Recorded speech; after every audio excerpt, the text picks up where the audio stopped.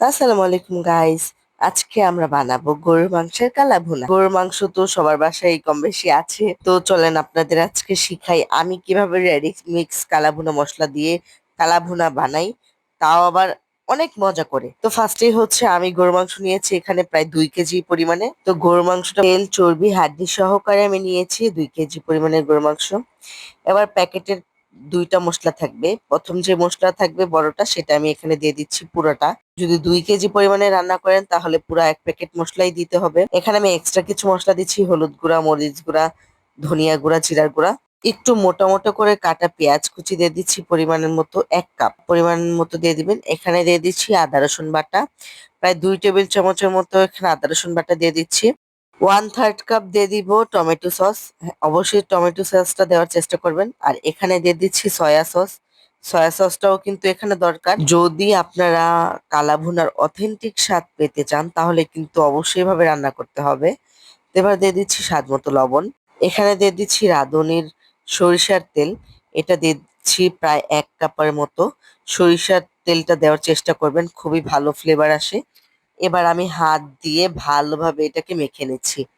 যত ভালোভাবে মাখাবেন তত ভালোভাবে মসলাটা ঢুকবে ভিতরে। আর হ্যাঁ, অবশ্যই তেল চর্বি হাড্ডি সহ আপনার মাংসটা রান্না করবেন, খুব মজা লাগে এভাবে রান্না করলে। তো আমি প্রায় অনেকক্ষণ পর্যন্ত আমি এই মাংসটাকে মিক্স করে নিচ্ছিলাম, আর প্রায় অনেকক্ষণ পর্যন্ত আর কি রেস্টেও রেখে দিয়েছিলাম। আপনারা দেখতে পাচ্ছেন নিশ্চয়ই আমি উল্টিয়ে পাল্টিয়ে কত সুন্দরভাবে মেখে নিচ্ছি। তো এই তোমার মেখে নেওয়া শেষ। আমি এবার দিয়ে দিচ্ছি পানি। পানি দিয়ে আমি পরিমাণের মতো পানি দিয়ে দিবো এখানে। পানি দেওয়ার পরে আমি রান্না করে নেব যতক্ষণ পর্যন্ত না বলক চলে আসে বা সেদ্ধ হয়ে যায়। দেখতেই পাচ্ছেন আমি কিছুক্ষণ পর পর আর কি উল্টিয়ে পাল্টিয়ে দিচ্ছিলাম যেন নিচে না লেগে যায়। আর হ্যাঁ, আরেকটা টিপস দিয়ে দিই আপনাদের। আপনারা কিন্তু যদি কালা ভুনা রান্না করতে চান তাহলে কিন্তু এরকম একটা মানে হাঁড়িতে নিয়ে নেবেন যেন নাড়াচাড়া দিতে সুবিধা হয়। এবার আমি গরম পানি দিয়ে দিচ্ছি। 1 কাপ পরিমাণে গরম পানি দিয়ে এটাকে আমি সেদ্ধ হতে দেব। যখন এমন একটা অবস্থা আসবে, তেল উঠে গেছে, একটু কালচে কালচে ভাব, তখনই কালা ভুনার পরের মসলাটা এখানে আমি এড করে দেব। ছোট একটা মসলা থাকে, এটা আমি লাস্ট পর্যায়ে এড করে দেব। এবার ভালোভাবে নাড়াচাড়া দিয়ে আপনি আরেকটু পরিমাণে রান্না করলেই হয়ে যাবে। রেস্টুরেন্টে কিংবা বিয়ে বাড়িতে অবশ্যই একটু টেস্টিং সল্ট ইউজ করে। তার জন্য আমিও একদম বাবুর্চিদের স্টাইলের টেস্টিং সল্টটা ইউজ করছি। আপনি চাইলে না দিতেও পারেন, স্কিপ করতেও পারেন। এবার ভালোভাবে একটু নাড়াচাড়া দিচ্ছি। দেখতে পাচ্ছেন কালারটা একদম লাল লাল আছে এখনো, কালচে হয়নি। আস্তে আস্তে যখন আমি জাল দিতে থাকবো তখন আর কি কালারটা চেঞ্জ হয়ে আসবে। আর 10 থেকে 15 মিনিট পর দেখতে পাচ্ছেন আমার কালারটা কি সুন্দর চলে আসছে, একদম কালচে কালচে একটা ভাব চলে আসছে। তবে এই পর্যায়ে আমি বাগার দিয়ে দিচ্ছি। তো এখানে দিচ্ছি সরিষার রসুন কুচি আর হচ্ছে পেঁয়াজ কুচি। আর এখানে দিব শুকনা মরিচ, আস্ত শুকনা মরিচ আর কি। এটা দিয়ে দিব, দিয়ে ভালোভাবে এটাকে আমি ভেজে নেব। লাস্ট পর্যায়ে এতে দেখতে পাচ্ছেন এটার মধ্যে আমি এখানে অ্যাড করে দিয়েছি এই বাগারটা।